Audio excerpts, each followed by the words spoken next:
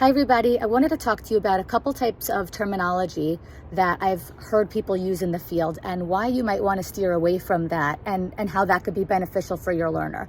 A couple of the words that or phrases I've heard people use are quiet hands and gentle bodies. And now first I want to say, if you're saying quiet hands because your learner is engaging in self-stimulatory behaviors, that's not something that I would stop. I would never, stop somebody from doing that.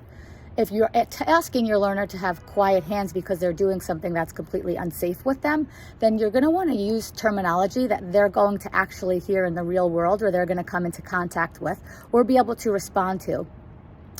For example, if I were walking on the street and somebody grabbed me or did something, inappropriate, I wouldn't turn around and say quiet hands, because that person's not going to know what I'm talking about, and that's not going to get the effect that I want either.